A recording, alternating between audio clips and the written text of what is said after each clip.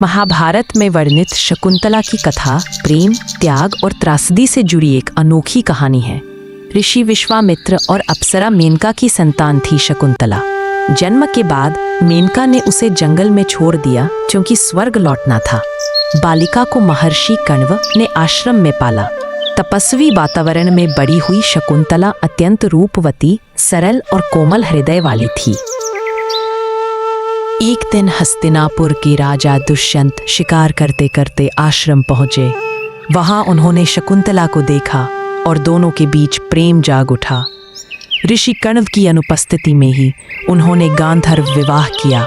दुष्यंत ने शकुंतला को एक अंगूठी दी, यह वचन देते हुए कि समय आने पर वे उसे अपनी रानी बनाएंगे। कुछ समय बाद दुष्यंत वापस अपने राज्य लौट गए।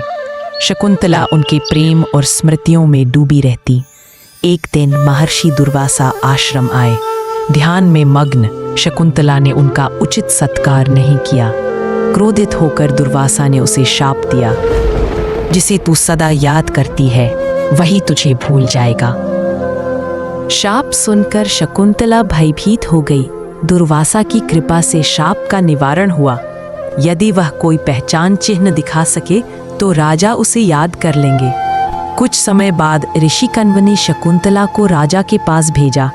रास्ते में जब वह नदी पार कर रही थी तो उसकी अंगूठी पानी में गिर गई और मछली ने निगल ली।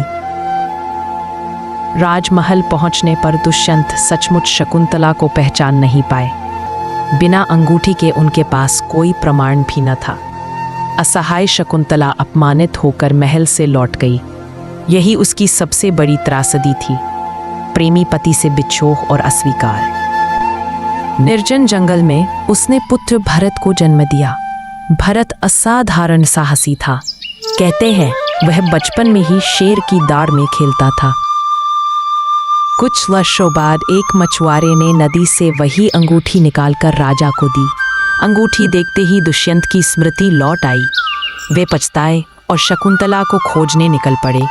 अंततः वे शकुंतला और अपने पुत्र भरत से मिले।